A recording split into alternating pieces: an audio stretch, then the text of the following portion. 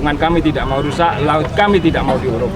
Karena kami butuh laut untuk hidup di daerah kami, di wilayah kami, khususnya nelayan. Hampir sama sebetulnya. Jadi sebaiknya agenda besok juga dibatalkan. Gitu. Dengan siapa ya, itu kita membuat surat, Pak Agung, mohon kerendah hatiannya membuat surat, disampaikan juga pembatalan kegiatan tersebut. Yang seluruh Indonesia Kota Surabaya, dan kemudian juga daripada LBH sepanjang nelayan buruh yang saya lindung tidak setuju, pasti saya di belakang. Dan saya akan melakukan langkah hukumnya, konstruksi hukumnya seperti apa, kalau memang harus melakukan upaya hukum. Namun demikian, karena kita masyarakat timur yang sependapat dengan musyawarah mufakat, maka alangkah elegannya ini dibatalkan. Karena selain daripada nelayan tradisional, nelayan budidaya pun petambak setanya. Selama ini juga seperti itu. Rumahnya kena angin rob juga seperti itu, apalagi dari reklamasi. Kesenian Jatim, kantor saya di Taman Budaya Genteng Dampa. Karena kita melihat bahwa masyarakat pesisiran kita boleh setuju bahwa sebenarnya apa yang harus dilakukan tidak serta-merta langsung melakukan reklamasi. Nah, kami melihat nasib nelayan mulai dari Kenjeran, Sukolilo sampai nanti ke Rungkut dan seterusnya, ini akan terdampak.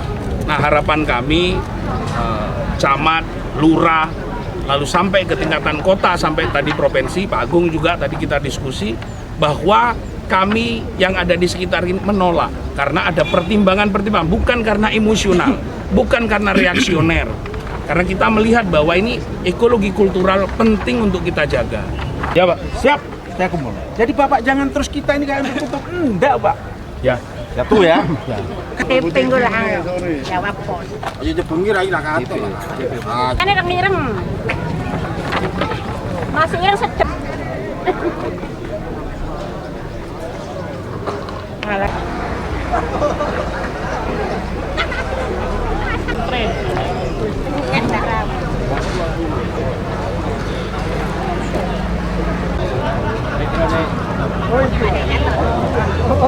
Karena kan petani tambak tuh. Kira-kira tahu nggak solusi saya untuk tambak? Tahu. Jadi Pak, bukan tambak. Ya. Jadi kalau gini loh, kalau bapak-bapak belum tahu, kan mesti pingin tahu. Ya. Ini yang ketiga, yang terakhir, jangan di... Iya. Ini yang ketiga terakhir. Yang ketiga terakhir. Oke, jadi tolong ya, yang ketiga ini, kalau memang kita belum tahu, ingin tahu ya kepada sumbernya. Ya, sumbernya yang granting, nggak kemana-mana. Lah kami itu tidak pernah ditanya, tahu-tahu di luar langsung bior. Tolong kalau tanya ke granting, kita siap menjawab, Pak. Saya kira Kan ngomong ya. tiga seperti itu, Bapak mau menolak monggo. Yang penting kertas. Proyeknya nggak perlu. Nggak perlu proyeknya di sana. Sebagai dokumentasi bahwa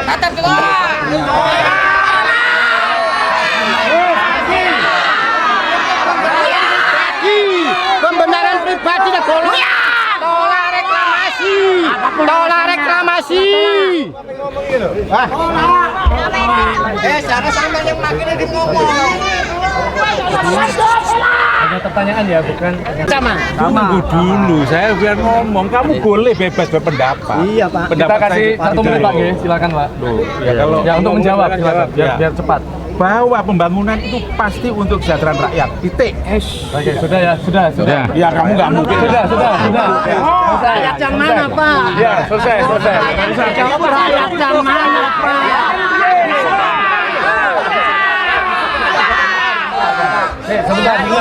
Sebentar, Mas, bisa. Silakan. Oh, nelayan terjatuh nelayan. Jadi, Kalau memang reklamasi pembangunan untuk kenapa ruang hidupnya lebih dirampas? Ruang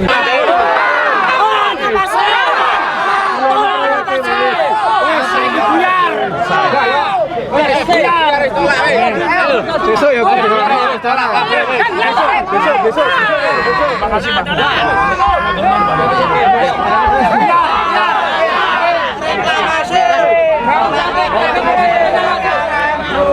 jangan sampai ada pembangunan yang masuk.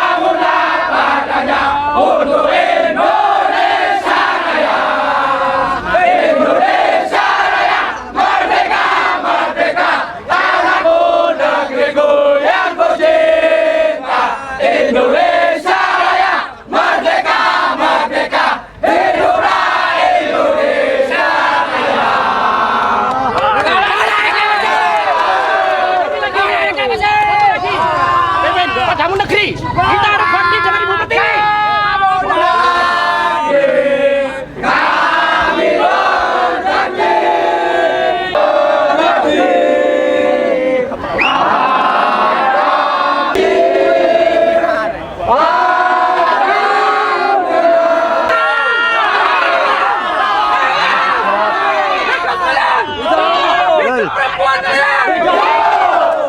Jangan pernah mengusir kita orang nelayan.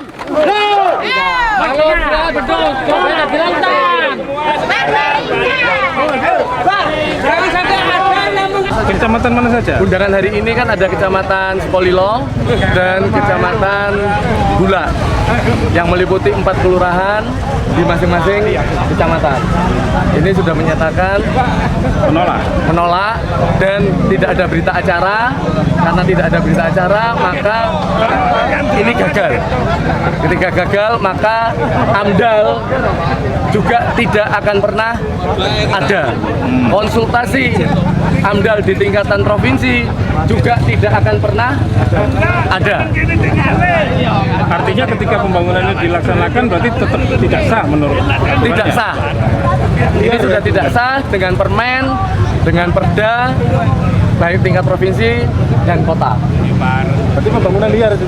Pembangunan liar seperti itu. Ini pembangunan liar karena AMDAL-nya tidak ada dasar hukumnya. Satu-satunya dasar hukum hanya Perpres terkait PSN.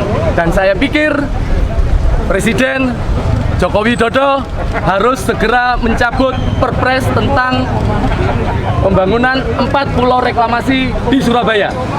Karena ke-4 pulau reklamasi di Surabaya ini menurunkan dan menjatuhkan 3 nilai utama kota Surabaya. Ya, proyek ini sejak awal kan juga sama, ada yang pro dan kontra. Tetapi selaku penggagas dan mengelola proyek ini kan tetap menjalankan mekanisme dan prosedur yang sudah ditetapkan oleh peraturan perundang-undangan. Dan hari ini pada tahapan untuk pengurusan AMDAL. Langkah pertama AMDAL tadi adalah sosialisasi. Tentu sosialisasi kita lakukan untuk ke seluruh wilayah pesisir ini. Ada 4 kecamatan. 4 kecamatan, terus ini baru tadi kecamatan yang pagi tadi sudah 1 kecamatan, siang ini 2 kecamatan yang kedua, yaitu Gula, kalau tadi itu Keputih ya, Kelurahan Keputih.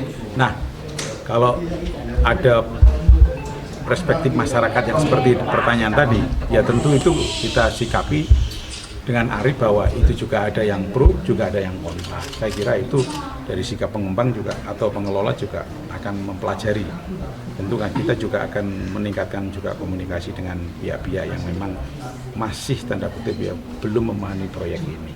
Mungkin ada penerimaan yang bias, ya, karena memang untuk penjelasan ini membutuhkan satu momen yang bukan kondisi yang apa ya, yang panas seperti tadi mungkin, tapi perlu ada semacam lebih soft lah, lebih enak gitulah. Dan itu akan kita lakukan terus menerus karena ini baru di ujung kok, ini belum. Jadi jangan kalau sudah AMDAL itu terus sudah mobil semua apa, masih jauh.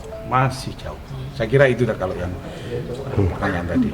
Untuk perkembangan gagasan ini seperti apa update-nya? Oh ya, kita tetap menyesuaikan, kita tetap melaksanakan kewajiban sesuai prosedur. Habis tahapan kemarin kita melakukan PSN begitu keluar, kita perizinan untuk pengelolaan wilayah lautnya, dan sekarang menganjak ke proses AMDAL dalam rangka untuk reklamasi. Nanti masih ada persyaratan yang harus kita penuhi dan banyak ke depan. Untuk kajian